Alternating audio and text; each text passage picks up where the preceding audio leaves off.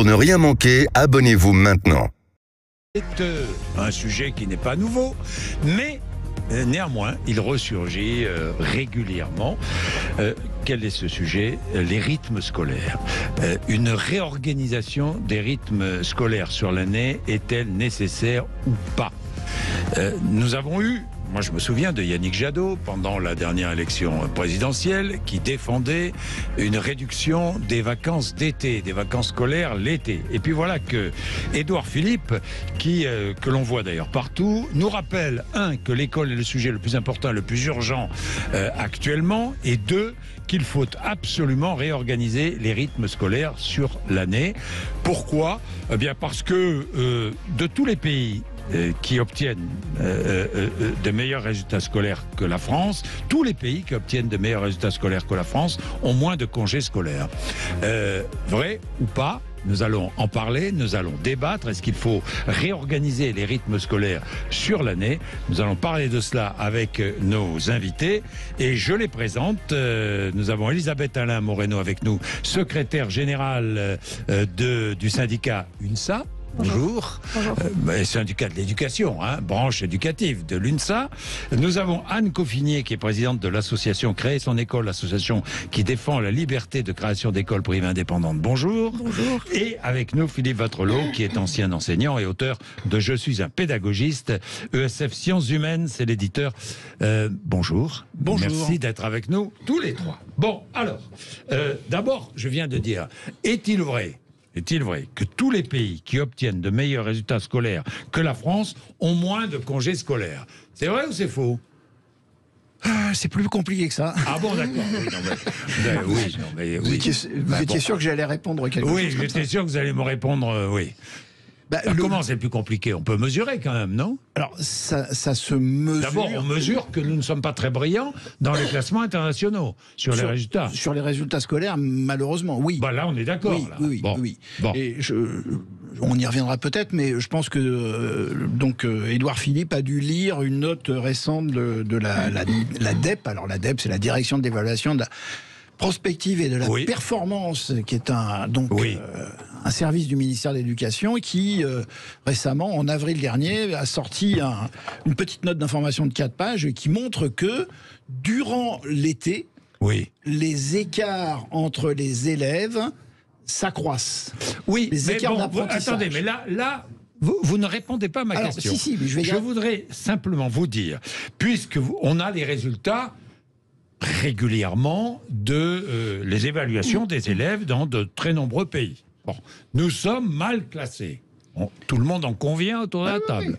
Nous sommes mal classés. Est-ce que les pays qui sont mieux classés que nous ont des rythmes scolaires différents, ont moins de congés scolaires? Oui ou non? Ça, c'est vérifiable. Non. Non, le lien n'est pas aussi avéré que ça. Il n'y a pas de lien de causalité. Anne Coffinier? Je suis assez d'accord avec Philippe Vattrelot, c'est-à-dire qu'en fait, c'est multicausal. Aujourd'hui, la France est très mal classée, la situation de l'école est quand même assez désastreuse, et c'est multicausal. Alors on peut arriver avec une cause et dire c'est à cause de ça que ça ne marche pas. Non, c'est peut-être pas à cause de ça, mais est-ce une réalité? Non. Par contre, ce qui me paraît une réalité, c'est que la préoccupation essentielle en matière de choix des rythmes scolaires, ce n'est pas le bien de l'enfant. Et depuis longtemps. Si on regarde l'histoire, en fait, de la manière... C'est quoi? C'est le bien des enseignants et le bien des parents? Non, au début, ça a été beaucoup des considérations économiques, il fallait pouvoir faire les vendanges. Ou le bien des touristes? Ensuite, ça a été le bien des touristes des entreprises de tourisme. Ça a été dans les années 80 jusqu'à 2000, c'était essentiellement ça. Et puis ensuite, on est arrivé avec des considérations de chronobiologistes, j'ai envie de dire, franchement un peu trissotins. Évidemment que globalement, le matin, on est plus concentré. Quand même pas besoin de faire des études infinies pour se rendre compte que le matin, on est plus concentré. Donc, tout ça pour dire que, pour moi, s'il y a un sujet, c'est l'intérêt de l'enfant qui doit passer d'avant. C'est pas l'effet garderie pour les parents, c'est pas l'effet tourisme pour les vendeurs de séjours de ski ou de ce qu'on veut. C'est d'abord l'enfant. Ça, on est bien d'accord. Alors, Elisabeth Alain Moreno, que dites-vous? Alors, je partage effectivement ce qui vient d'être dit par Philippe Vattrelot et la collègue donc Anne Coffinier. il y a effectivement des mesures qui sont, vous l'avez dit, c'est les mesures à la fois sur les temps scolaires qui sont différents. Ça, c'est quelque chose qu'on peut, de façon très objective, comparer entre différents pays. On a également aussi la possibilité de mesurer les niveaux de nos élèves, je vais le dire comme ça, avec les évaluations, bien que et toute évaluation est à chaque fois discutable du qu'est-ce qu'elle évalue et pourquoi elle l'évalue et qu'est-ce qu'on y regarde. Enfin, tout le monde relève les mauvais résultats des enfants. Mais on France. est d'accord. Après, de faire un lien direct, il y en a forcément. Par contre, il ne peut pas être le seul et ce serait en plus faire ce lien-là. Ce serait apporter une réponse simple à un problème beaucoup plus complexe. Par contre, effectivement, nous avons quand même, ces dernières années, des élèves qui ont des journées de plus en plus lourdes et là, du coup, je fais le lien avec le raccourcissement des congés d'été parce qu'on ne peut pas poser la question du raccourcissement des congés d'été de façon isolée. C'est bien l'organisation du temps de l'enfant et pas que de l'élève. Sur l'année qui est à poser sur la journée, sur la semaine et sur l'élève. Et on a effectivement, moi en tant qu'enseignante, je le note, des élèves qui ont des journées et des semaines très fatigantes. Et je ne vois pas comment on ne peut pas exclure qu'une fatigue importante, des pressions aussi parce qu'il y a aussi des emplois du temps qui sont complexes et multiples, ça n'a pas d'impact sur les résultats. Par contre, il y a quand même des élèves, de nombreux élèves, qui réussissent les parcours, donc on ne peut pas, malgré un rythme du temps qui n'est pas forcément idéal en France. Il y a toujours des élèves qui réussiront, heureusement. Oui, mais c'est à regarder. Du coup, c'est à regarder. Attendez, heureusement. Mais bien attendez, je voudrais quand même donner un autre élément. Nombre d'heures de cours par an en primaire. En France, on est à 864 heures, je crois. Entre 860 et 900. Bon, moyenne des pays de l'OCDE, 800 heures. Et puis, autre chose. Même un peu moins. Ouais. Autre chose, 140 jours d'école. Tout à fait. En France, OCDE, entre 180 et 200 jours. Ça veut dire quoi? Ça veut dire qu'on a moins de jours d'école, mais on a plus d'horaires de cours. Ça veut dire que tout est concentré sur moins de jours. Ça veut dire que l'élève est pressuré. Vous avez parfaitement résumé l'équation. C'est ça l'équation, non? La question est bien celle-là, c'est-à-dire qu'on est face à une école qui est extrêmement dense. Et encore une fois, là, je vais encore enfourcher mes chevaux de bataille classiques, mais ça montre bien que qu'on le prenne par n'importe quel bout, là ici c'est celui des vacances scolaires, les questions d'école, c'est des questions systémiques. Vous tirez la ficelle, il y a tout le reste qui vient. Bien sûr. C'est-à-dire que si vous posez uniquement le problème de la durée des vacances scolaires et vous en faites un lien de causalité unique, comme ça a été dit par les personnes qui sont à côté de moi, on s'en sortira pas. Même l'OCDE le dit. Elle dit, alors j'ai retrouvé l'extrait, l'aménagement des rythmes scolaires est un levier d'action. Voilà, merci Philippe Waterloo. Il faut toujours parler devant le micro parce que sinon les performances éducatives d'un pays. Merci. Donc ça, c'est OK. Mais alors après, il y a quoi? Il y a évidemment la question de la répartition sur la journée, sur la semaine, sur l'année. Mais attendez. Il y a aussi une autre question, c'est pourquoi faire? C'est-à-dire la question de la pédagogie. Est-ce que ça veut dire, excusez-moi de la vulgarité, qu'il va falloir rester plus de temps le cul sur une chaise pour ingurgiter des connaissances sans cesse plus nombreuses? Vous avez raison, c'est le problème. C'est le problème majeur, peut-être. Je ne sais pas si nous sommes tous d'accord autour de la table. Le problème majeur, c'est la longueur des journées d'école pour les enfants, notamment en primaire, à l'école élémentaire. Où on fait, c'est vrai, où on ne peut pas faire. Il y a d'autres pays qui font du sport l'après-midi, qui font. Pourquoi? Parce que les rythmes scolaires sont différents. Alors, je ne vais pas. On ne va s'intéresser qu'au rythme scolaire, parce que sinon, c'est vrai qu'il y a d'autres causes de la non-réussite des enfants. Mais intéressons-nous uniquement au rythme scolaire. Anne Coffinier, le rythme scolaire en France est déséquilibré. Est-il déséquilibré? Oui, mais la question c'est, Édouard Philippe a décidé de mettre l'éducation en avant. On va dépasser Édouard Philippe. Quand même, si on veut. Mais donc, une fois qu'il a mis l'éducation en avant, il prend le point donc du rythme scolaire. Mais le point derrière... Il ne parle pas que de ça. Et attention, il le prend par un biais particulier qui est celui de la réduction des inégalités. C'est ça qu'il faut voir. Donc la question c'est, est-ce qu'on cherche à avoir une performance globale accrue dans les apprentissages par le rythme scolaire, ou est-ce qu'on cherche à réparer la société et à faire plus de justice par la modification du rythme scolaire? C'est déjà pas du tout la même question. Il faut quand même choisir ce qu'on veut faire. Et ensuite, il y a la question de l'articulation entre la famille et l'école. Là, une des idées qui est documentée d'ailleurs par un certain nombre d'études, c'est que plus on laisse les enfants dans leur famille, plus ça accroît le rythme scolaire. Et alors c'est là que c'est étonnant, parce que plus on a une école qui dysfonctionne, évidemment, et plus la famille va avoir un effet de différenciation des résultats, évidemment. Donc la question numéro 1, c'est de remettre une école qui fonctionne. Et à ce niveau-là, on sera moins dans une logique de mettre sans arrêt les élèves à l'école. Mais les inégalités, c'est évident. C'est évident que quand vous avez beaucoup de vacances scolaires, les inégalités s'aggravent. Parce que dans des familles, on peut offrir des vacances aux enfants, on sait ce qu'on va faire des enfants. Et dans d'autres familles, malheureusement, on n'a pas les moyens. On n'a pas les moyens d'aider les enfants à partir en vacances ou à occuper leur temps libre.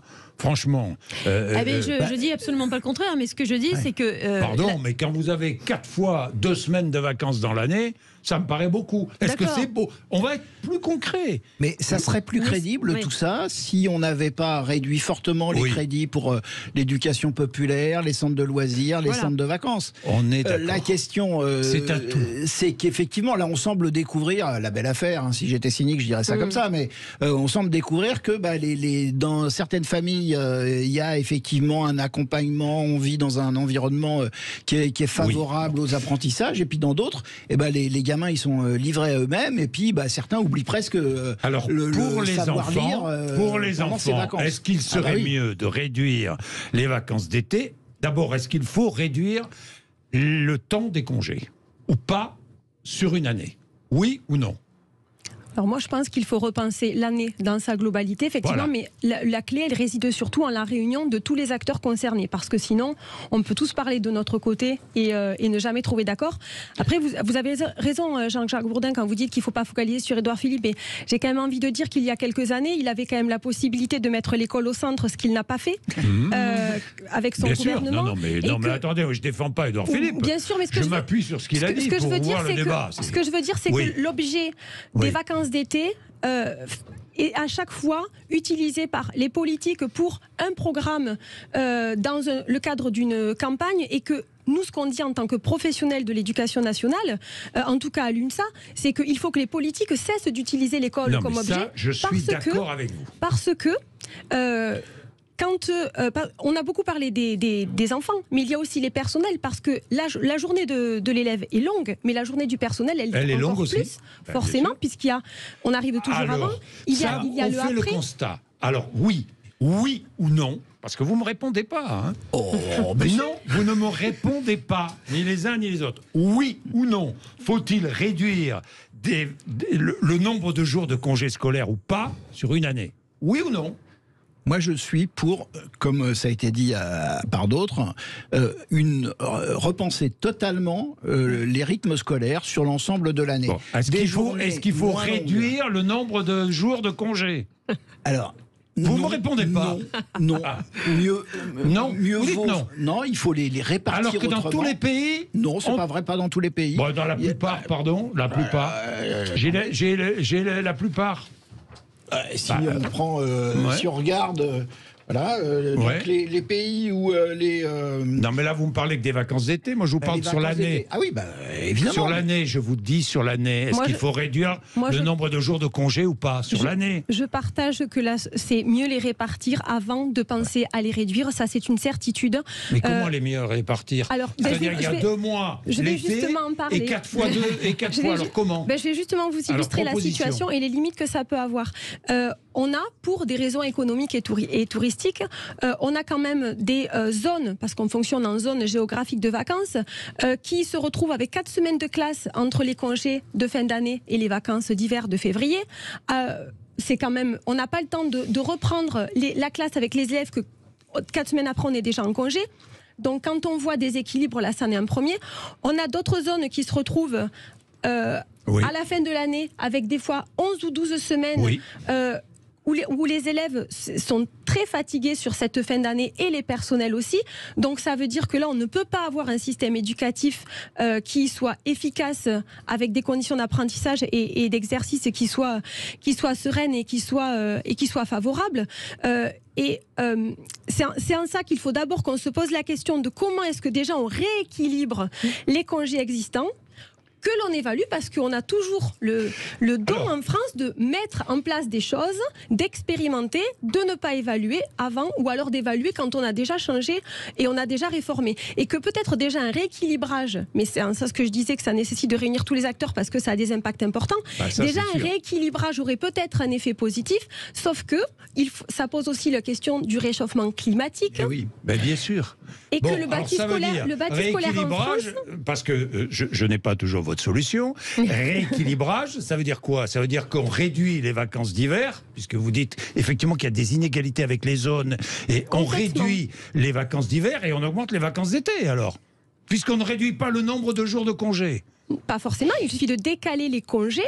Et après, si ça tombe pas sur l'ouverture des stations de ski, ça tombe pas sur l'ouverture des stations de ski. On les met au mois de mai, on les met au mois d'avril, ou au mois de mars, au lieu de les mettre en février. Les stations de ski, là, ça c'est pas non plus le tourisme d'avenir. Français qui vont faire du ski. Bien sûr, mais complètement, je partage. En fait, oui, mais c'est quand même la raison majeure qui fait que les congés soient déséquilibrés. Notre idée à tous les trois, elle est un peu la même. C'est-à-dire, c'est intéressant. Paradoxalement, il se trouve qu'on est quand même...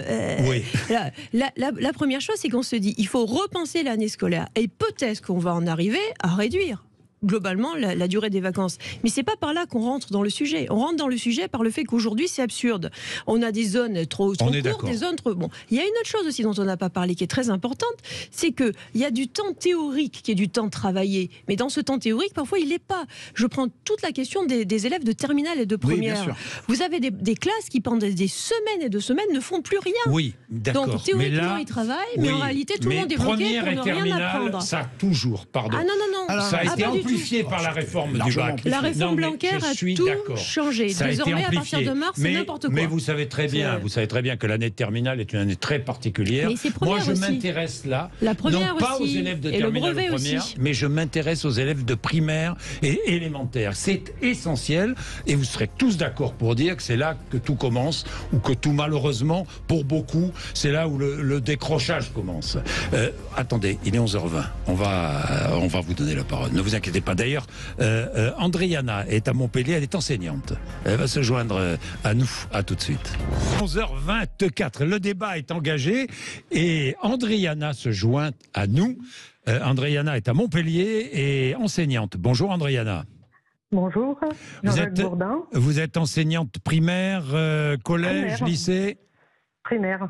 Primaire, bon. Voilà, donc le sujet qui semble vous intéresser particulièrement. C'est comme tous les sujets entre 11h et midi, m'intéresse, oui, Andriana. Oui. Non, mais c'est ce que vous venez de dire par rapport à la scolarité, plutôt que les terminales et les premières, c'est surtout les primaires qui vous intéressent. Et je comprends. Alors moi, je souhaitais ajouter un petit bémol à ce débat. Il y a une chose qui a été totalement occultée, c'est qu'il y a un certain nombre d'années, on a supprimé une demi-journée de classe pour les enfants, pour faire plaisir notamment aux parents séparés, en disant un conjoint qui n'a pas la garde, un papa qui n'aurait pas la garde de ses enfants, comme ça il pourrait passer un week-end complet. Mais les programmes n'ont pas été allégés, ce qui fait que les enfants sont encore plus pressurisés. Ils sont plus pressurisés parce qu'ils travaillent moins de jours dans la semaine, parce qu'ils travaillent, parce qu'ils ont beaucoup de congés, et finalement ils travaillent beaucoup. Non. Alors, au-delà des congés, parce que en fait c'est multifactoriel. Il y a peut-être que les congés en font partie, mais moi je vois des enfants qui sont très fatigués déjà en arrivant le matin. C'est-à-dire qu'il y a tous les écrans qui les retiennent jusqu'à tard le soir, au lieu d'avoir un rythme de sommeil correct. Vous ajoutez dans l'école les lois sur l'inclusion avec des enseignants qui ne sont pas forcément formés, préparés à accueillir, par exemple, un petit autiste qui va vous prendre beaucoup plus d'énergie. Donc, c'est normal qu'il soit accueilli, là n'est pas la question. Il n'y a pas débat là-dessus à mon niveau. Mais toujours est-il que les enseignants ne sont pas forcément formés, ne sont pas préparés. Ces enfants ne sont pas toujours accompagnés parce qu'ils ne sont pas toujours reconnus comme étant porteurs de handicap. Ce qui fait que vous ne pouvez pas vous consacrer correctement aux 28 autres élèves que vous avez. Il y a ça aussi. Bien sûr. Et quand on parle justement de comparer par rapport à d'autres pays, est-ce que les pays dont on parle, par exemple, ont ces lois sur les inclusions ? Est-ce que les personnes Oui. Dans beaucoup de pays de l'OCDE, effectivement. Enfin, je pense, je sais pas moi. Voilà. Philippe Waterloo, c'est vrai ou oui dans Bon, je pense pas qu'on puisse établir un lien. Je pense que ce serait intéressant d'avoir cette information avant de comparer. Parce que par exemple, concernant les rythmes scolaires, oui, c'est un vrai sujet parce que les enseignants ne sont pas formés et les enfants ne sont pas toujours accompagnés. C'est vrai, ça, Andréana.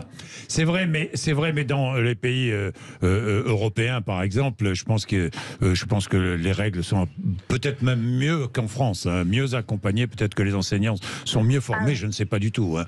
Mais alors, si les enfants sont mieux accompagnés. Il est évident que ça retentit moins sur la vie de la classe. Mais Andréana, c'est pas. Les enseignants sont plus disponibles. Oui, je comprends très bien. Mais vous, sur les vacances, sur le rythme de l'année. Parce que je ne veux pas focaliser uniquement sur les vacances d'été. Hein, parce qu'il y a des vacances d'hiver, ou des vacances de printemps, des vacances, c'est marrant, d'automne, d'hiver, de printemps, d'été. Et puis il y a la longueur de la journée aussi. Et la longueur de la journée. Andréana, est-ce qu'il faut réduire, pour rééquilibrer l'année, est-ce qu'il faut réduire les vacances d'hiver, les vacances d'été Andréana. Écoutez, moi, je suis d'origine italienne. Oui. En Italie, ils ont moins de vacances durant l'année. En théorie, ils en ont autant que nous l'été, mais c'est vraiment de la théorie parce qu'en pratique, souvent dès mi-mai, il n'y a plus personne dans les écoles et ils reprennent vers mi-septembre. Ouais. Vous voyez ? Bon, plus personne dans les écoles. Nous, on se plaint ici en France, mais ailleurs en Europe, c'est pareil. Hein, parce que on regarde toujours ce qui se passe chez nous, mais on regarde rarement ce qui se passe ailleurs. Vous voyez, Andréana nous dit en Italie, c'est vrai. Moi, c'est vrai, par ailleurs, je le sais par ailleurs, pour des raisons personnelles, mais je sais qu'en Italie, c'est vrai qu'à partir de mi-mai, il n'y a plus personne dans les écoles. Hein. C'est un peu comme chez nous, dans les classes. Il faudrait quand même relayer la question du temps scolaire. Merci Andréana, merci beaucoup. Il faudrait quand même relier la question du temps scolaire avec la question aussi du nombre du niveau d'absentéisme, du niveau d'heures perdues.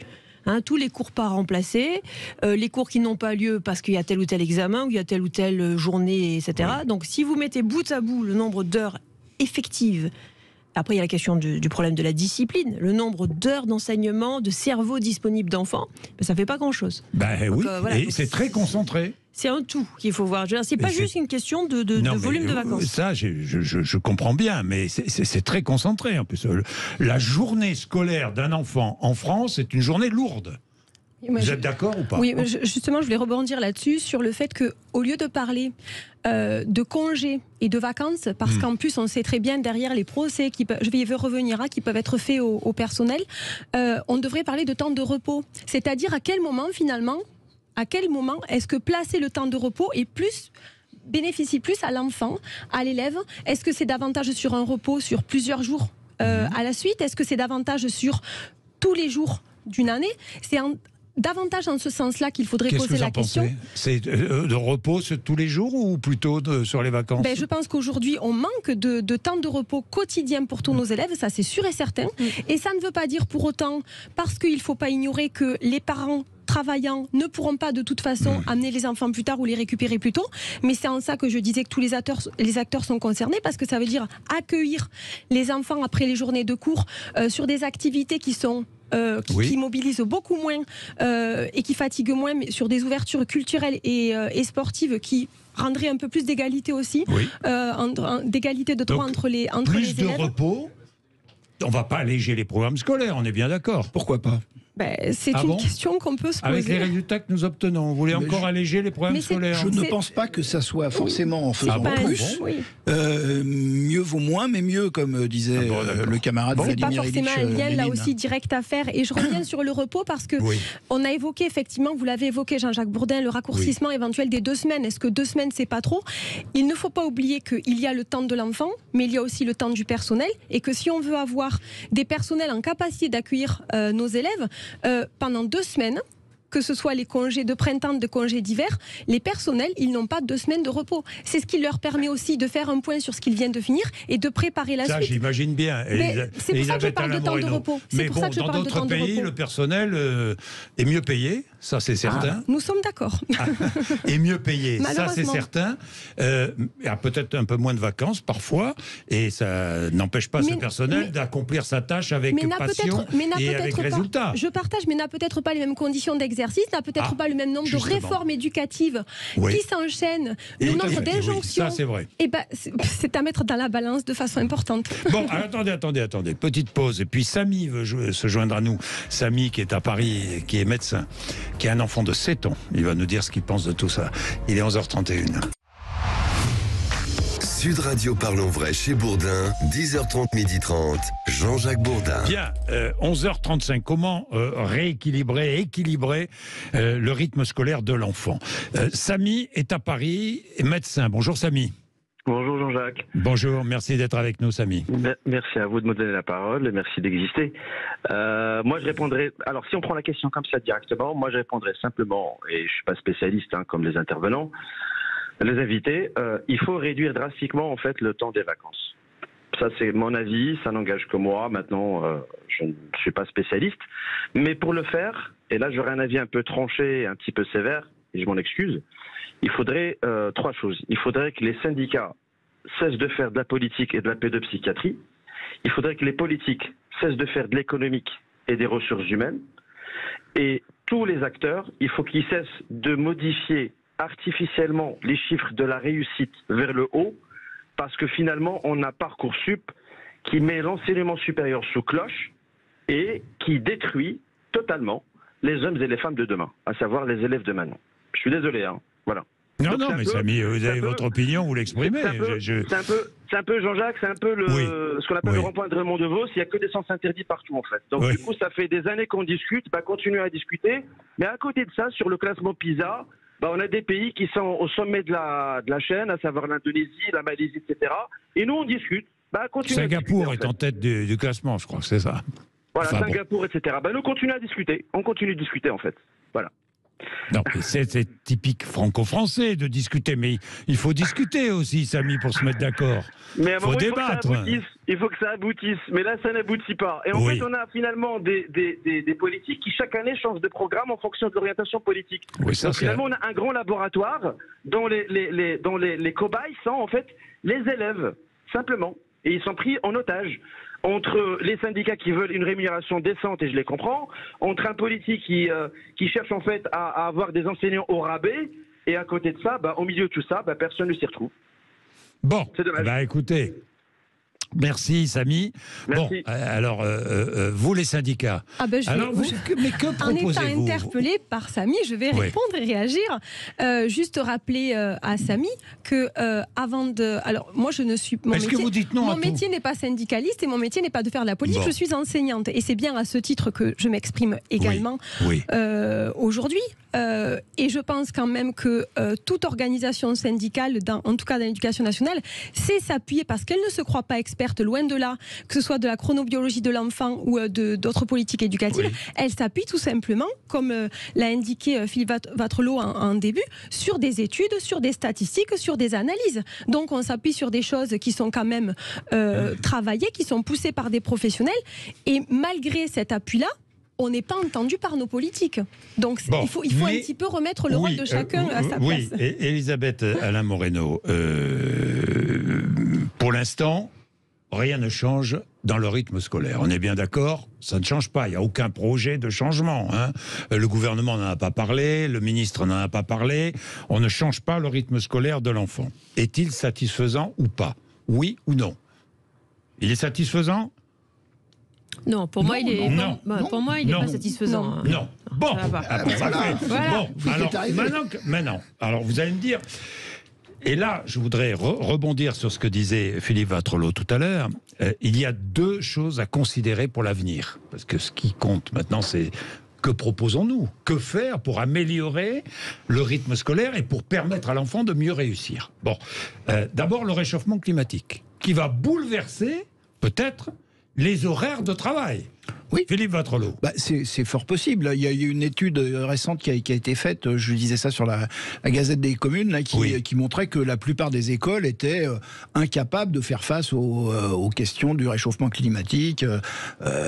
Tous les enseignants peuvent témoigner de la chaleur qui règne dans leur classe, etc. Ça veut dire quoi? Ça veut dire qu'on va commencer les cours à 6 h du matin? Je ne voudrais pas faire de scénario catastrophe de science-fiction, mais peut-être que à un moment donné, on sera obligé de modifier les horaires pour tenir compte de cela. Hein, ça me semble être presque, sans tomber dans le catastrophisme, presque une évidence. Ensuite, il y a une vraie question à se poser, c'est aussi, bien sûr, celle de réétaler les rythmes scolaires sur l'ensemble de l'année pour tenir compte aussi de ces contraintes-là. Et comment vous réétalez ? Eh ben, peut-être effectivement en étant plus sur des matinées. Je rappelle quand même, vous dites depuis tout à l'heure que on s'est pas trop posé cette question. 2010, il y avait une unanimité qui a abouti à la fameuse semaine de 5 jours et qui a ensuite été combattue pour plein de raisons, hein, parce qu'il y avait beaucoup de contraintes, notamment les parents divorcés, mais aussi quelques blocages syndicaux en effet. Et les enseignants n'en voulaient pas. Les maires. Alors sur les enseignants, j'aimerais bien y revenir si vous le permettez dans un instant. Vous vouliez la semaine de 5 jours ? Non, c'était pas eux. C'était pas eux, en tout cas. Ah bon, d'autres syndicats. D'autres syndicats. Non, mais puisqu'on parle des syndicats, juste une chose.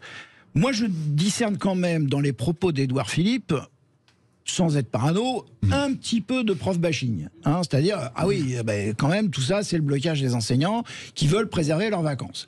Moi, j'ai envie de dire que tout ça, c'est à prendre en considération de manière globale. Qu'est-ce qui est en jeu depuis le début de l'année ? C'est la pseudo-revalorisation des enseignants. Et d'une certaine manière, dans ce deal avec les enseignants, les vacances, la longueur des vacances, ça reste un des derniers avantages. Oui, mais ce qui m'intéresse, attendez, je pense aux enfants. Je termine juste, les si enseignants... vous permettez. Non, j'aimerais aller au bout de ma phrase, si vous le permettez. Dans ce contexte-là, si on avait vraiment revalorisé les enseignants, par exemple, une des différences entre Jadot et puis Philippe, c'est quoi ? C'est que Jadot, lui, disait, il faut revaloriser les enseignants, il faut créer des postes. On n'entend pas ça chez Philippe. Si on a un deal global, alors là, peut-être que la question des vacances scolaires et des congés des enseignants serait peut-être un petit peu mieux perçue. Mais là, je crains que ça ne se transforme en prof bashing. Mais pourquoi est-ce qu'on ne commence pas la réflexion à partir du bien-être de l'enfant et de la réussite de l'enfant ? Pourquoi est-ce qu'on est toujours sur un entonnoir renversé en France ? Mais on peut partir de ça, mais il y a malheureusement d'autres le principe de base, c'est quoi ? C'est faire réussir nos enfants. Oui. Bon. Tous les enfants. On est bien d'accord. Tous les enfants. Donc ça permettrait de réduire les inégalités. Faire réussir tous les enfants. Quelles sont les conditions pour faire réussir tous les enfants ? Alors Anne Conifini. Aujourd'hui, il y a comme un problème, c'est qu'on pense les choses de manière monolithique et massifiée. Donc par exemple, on parle du changement climatique, du réchauffement climatique. Il est évident qu'à Mayotte ou à Lille, on ne va pas avoir le même problème. Oui. Donc déjà, il faut se dire, est-ce que ce type de question ne serait pas mieux traité à une échelle plus basse, à l'échelle de l'établissement ? C'est aussi lié à la pédagogie. Si vous avez une pédagogie qui met énormément les élèves en état d'autonomie ou d'études encadrées, vous n'avez pas du tout les mêmes problèmes de longueur de journée, de vacances, etc. On a aujourd'hui un problème de numérique et d'écran. Les enfants sont littéralement dévastés par ça. Mais bien sûr. Plus vous les laissez chez eux, plus ils sont abrutis par ça. Mais bien sûr. Donc c'est important aussi de repenser à une lecture, des temps de lecture obligatoires dans le cadre soit de bibliothèque, soit d'établissement scolaire, ce qu'on veut. Il faut absolument se battre pour la lecture. Il y a peut-être une autre possibilité, c'est donner plus d'autonomie aux établissements scolaires. Ça c'est un autre débat. Une évidence. Alors là, c'est un autre débat. On ne va pas entrer dans ce débat parce que là... Figurez-vous que ces débats sont complètement connectés, sinon on s'en sortira pas. Mais je suis d'accord, vous avez raison. On patine sur cette question de rythme scolaire depuis, soyons gentils, depuis 2010, on va dire. Laissons peut-être les chefs d'établissement et le personnel enseignant, le personnel scolaire et les parents réfléchir à un rythme scolaire propre à chaque établissement. Ça serait peut-être intéressant. Ça serait intéressant. Et c'est une des forces des écoles indépendantes, justement, c'est de réfléchir à ça par rapport à la pédagogie. Le problème, c'est que quand on a un enfant dans un établissement et un autre dans un autre, il y a toujours des on a des parents divorcés, etc., ça devient ça pose problème. Mais il y a plus de problème. Non, mais il y a des problèmes de tous les côtés. Vous parliez de l'intérêt de l'enfant, les contraintes, elles sont aussi celles-là. Mais Amélie est avec nous à Nantes. Bonjour Amélie. Bonjour. Bonjour, vous êtes maman de 3 enfants, Amélie. C'est ça. Bon, d'abord, merci d'être avec nous en direct de Nantes. Je suis très honorée. Moi aussi, Amélie. Alors, que dites-vous ? En fait, moi, je suis pas du tout dans le milieu professionnel de l'école scolaire. Oui. Moi, je suis juste une maman.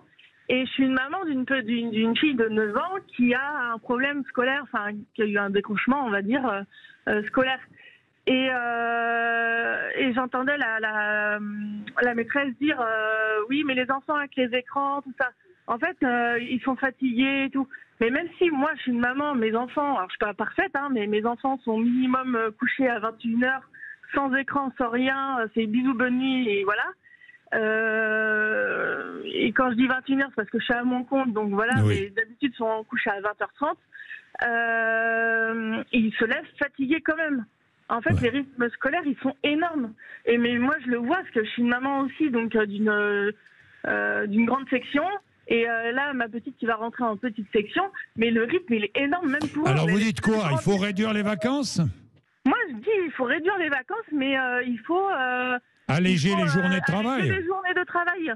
Parce qu'en fait, ils se lèvent fatigués, même si on a beau les coucher à 19h, 19h30, 20h ou 20h30, de toute manière, ils se lèveront fatigués, quand même. Même si on les laisse... Alors moi, je vois ma fille, elle est en cours d'un dossier MDPH, elle est dyslexique, dysorthographique. Elle a de l'orthophoniste 3 fois par jour, 3 fois par semaine. Elle a l'école, elle a les devoirs. Enfin, ils ne se reposent plus, les enfants. Ils n'arrivent même plus à trouver du temps pour jouer entre eux.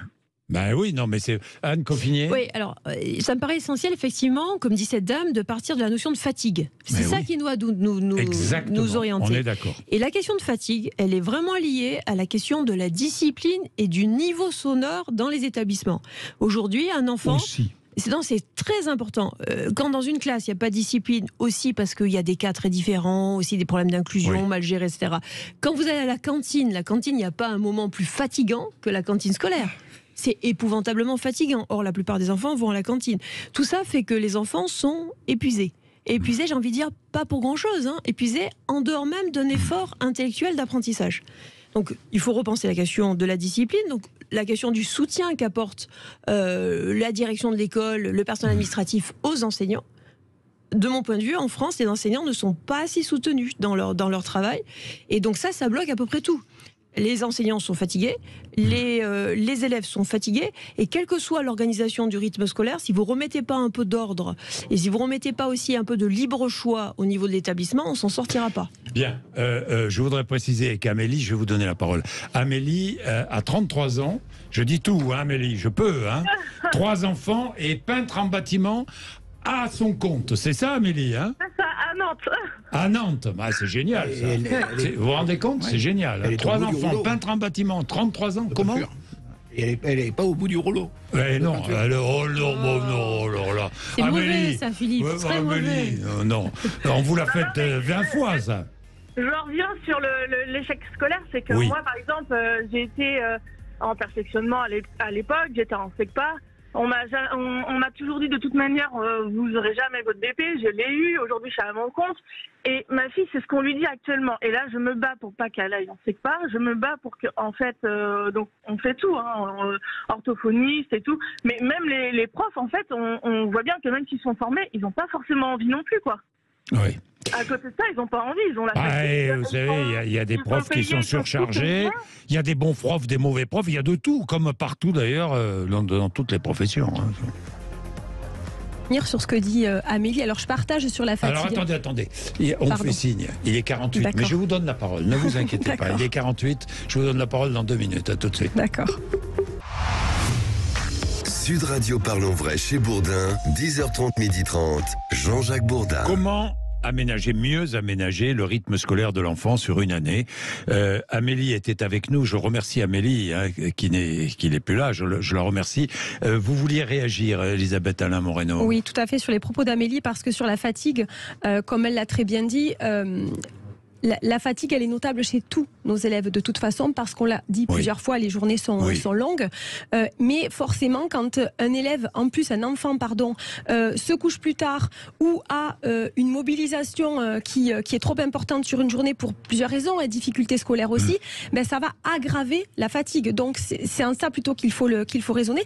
Après, ça pose la question des conditions d'accueil, parce que raccourcir une journée de classe, la question peut se poser effectivement, puisque on l'a eu sur la réforme des rythmes sous-payants il y a quelques années, je vais y revenir, mais dans quelles conditions d'accueil après sont les élèves le reste de la journée? Parce que si c'est pour qu'ils finalement soient plus fatigués, parce que les politiques, parce que là c'est vraiment une problématique beaucoup plus de société plus large, n'ont pas fait l'effort nécessaire pour que les conditions d'accueil soient réunies et que l'enfant puisse finalement avoir une journée qui lui permette le lendemain, quand il revient à l'école, d'être dans des conditions optimales, ça ne sert à rien. C'est pour ça qu'on ne peut pas poser la question isolée. Voilà. Et je reviens à ce qu'on disait sur effectivement les 4 jours et demi sous payant.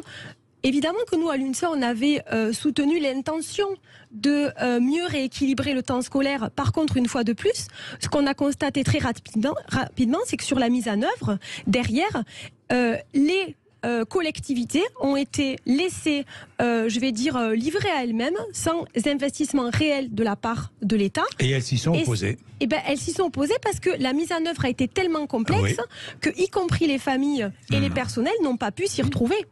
Et ça ne veut pas dire que l'intention n'était pas partagée de réorganiser la journée de l'enfant. Si c'était accompagné, cette réforme de 4 jours et demi, vous seriez favorable ou à une semaine de 4 jours et demi ? Mais nous, reposer le débat de réorganiser la semaine avec les intentions qui étaient celles de départ, bien sûr. Par contre, en évitant surtout toutes les erreurs qui ont été commises. Mais vous seriez favorable ? Bien sûr qu'il faut de toute façon. Et je pense que c'était le cas de tous les enseignants. En tout cas, la collègue qui s'est exprimée tout à l'heure... Je suis pas sûr que tous les parents soient d'accord, mais bon... Tous les parents peut-être, mais je pense que c'est toujours la question des conditions d'accueil. Si on garantit à des parents que leurs enfants seront mieux accueillis et auront un temps plus équilibré, il y a quand même une confiance entre l'école et les familles qu'il va falloir arrêter de détruire à un moment si on veut vraiment que nos élèves se sentent mieux à l'école. Qu'est-ce que vous voulez dire ? Tiens, je reprends votre idée de réduire les programmes. Enfin, repenser les programmes. Si, repenser, ça veut dire réduire. Non, c'est pas forcément ça veut dire quoi, réduire. Mais parce que repenser, quand on me dit repenser, vous savez, c'est comme les politiques qui me disent on va repenser. Quand je dis repenser, la décision est déjà dans la tête, c'est réduire ou changer ou... Je vais vous raconter une anecdote. Allez-y. Il y a quelques années, j'avais rencontré une enseignante de Nouvelle-Zélande. Et elle sort de son sac une petite brochure toute petite. Et elle me dit, vous voyez ça ? C'est l'ensemble des programmes de la scolarité obligatoire en Nouvelle-Zélande. Je vous laisse imaginer ce que serait le même document pour la France, c'est-à-dire quelque chose qui devrait faire la taille d'un homme, je sais pas, bon bref. Les plus beaux programmes, c'est ceux de 1882 en France. Et donc, en fait, ce que je veux dire par là, c'est quoi ? L'idéal serait quoi alors ? Si on donnait des objectifs généraux plus clairs, et qu'on laisse plus d'autonomie, je vais faire plaisir à ma voisine, aux enseignants, et pas forcément à des chefs d'établissement managers, aux enseignants pour mener à bien tout cela, ça s'appelle, alors dans le jargon, ça s'appelle une logique curriculaire. Ça veut dire simplement qu'on n'est pas dans la description de l'ensemble des procédures, on foule un peu la paix aux enseignants, pour leur permettre d'être plus efficaces. Et on les considère vraiment comme des experts de leur discipline. Et ça, pour moi, ça s'appelle repenser les programmes. Et c'est pas forcément en faire moins, c'est le faire mieux, dans une logique, par exemple, une logique de projet qui permet d'embrasser l'ensemble d'un certain nombre de connaissances, plutôt que de les faire les unes après les autres de manière linéaire, et de fatiguer les enfants avec cette accumulation encyclopédique. Eh bien, merci à tous les trois d'être venus nous voir. Nous n'avons pas résolu le problème, évidemment. Mais on a posé la question. On a posé la question, mais c'est bien de poser les questions et au moins de réfléchir à cette question, parce que c'est une question majeure qui reviendra ou pas, nous verrons bien dans le débat politique. 11h56. Merci d'être venu. Merci à toutes celles et ceux qui ont appelé 0826 300 300. Il est 11h56.